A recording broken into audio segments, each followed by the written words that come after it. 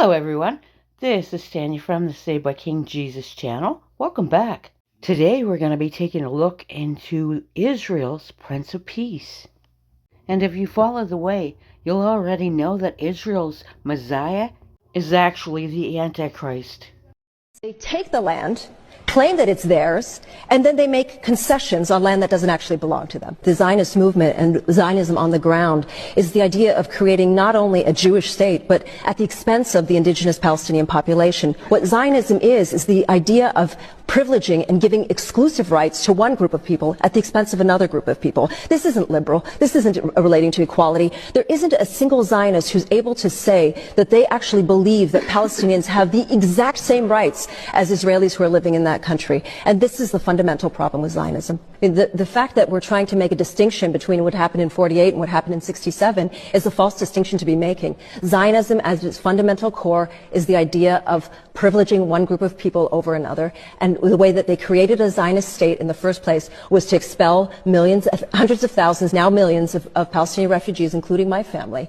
And the way that you create a bigger Zionist state is to do the exact same process. I think that it's important to keep in mind that between the period of 1948 and 1967, which people are sort of trying to idealize as being the great years of Israel, there were Palestinians who were citizens of that state, were living under military rule. First of all, immigration issues. My family hails from a town that is in the Galilee, and they were ethnically cleansed from their homes in 1948, have never been allowed to return back, even though they themselves are citizens of the state of Israel. We're considered present absentees. Anyone that wants to take the stage and talk about dual loyalty is dead wrong.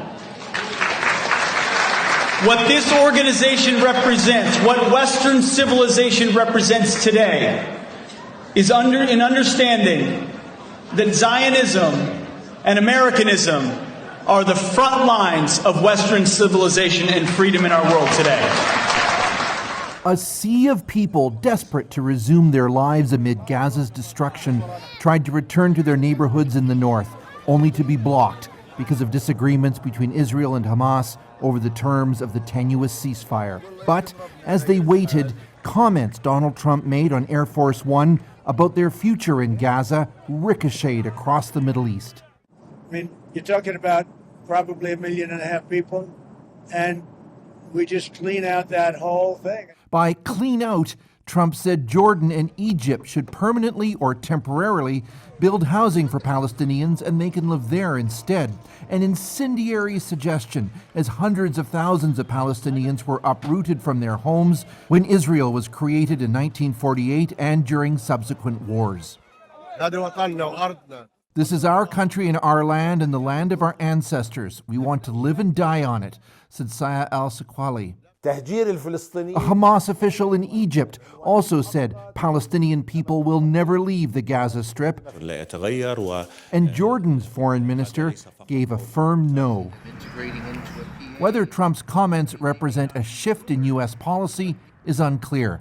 But this Israeli analyst who worked on the Oslo peace accords says displacement is the worst possible solution. Many of us know a couple of weeks back, Donald Trump received an award from the Israel Heritage Foundation in appreciation of his efforts to forge normalization agreements between the Jewish state and 4 Arab nations under the Abraham Accords. The award, a menorah, was presented to the former president at Mar-a-Lago on February 26th, and the following inscription was on the plaque at the menorah's base. This menorah, which represents the eternal light of the world, is presented to President Donald J. Trump in honor and celebration of doing what no other man has ever done, and that is to make peace between Israel, the United Arab Emirates, Bahrain, Morocco, and Sudan in the extraordinary Abraham Accords. According to Rabbi Katz, one of the presenters of the award, President Trump was very happy to see everybody. He was in a very good mood. Katz added, the president was very excited to see us. He remembered me from July when we gave him the crown of Jerusalem for moving the embassy to Jerusalem. In case you don't remember, last July, the Israel Heritage Foundation presented Trump with the Crown of Jerusalem Award, which was a silver Torah crown contained in a glass box. An inscription quoted Psalm 136:1 and noted Trump's extraordinary and heroic efforts to help the state of Israel and the Jewish people. Once again, we see that many Jews continue to view Trump as the man who will finally bring peace to the Middle East. But more than that, some view Trump as possibly even being Mashiach ben Yosef, one of the two redeemers in Jewish tradition. Mashiach ben Yosef will be a political and military leader who will wage war against the forces of evil that oppose Israel. He will also be involved in the building of the Third Temple. More and more, there are those who are looking at Donald Trump as the one who will build the Third Temple. From a Christian perspective, it's all rather coincidental that the man who perfectly matches how the Bible describes the Antichrist also just happens to be a builder and also just happens to be the one that many Jews think will build that temple. Pay special attention to the bottom half of this inscription. The Israel Heritage Foundation, with profound gratitude, presents this Covenant of Peace Award to the Prince of Peace, President Donald J. Trump. Our King Jesus didn't bring us this far to abandon us now. You were called, you were chosen, you were knit together in your mother's wombs, fearfully and wonderfully made. We are called to serve.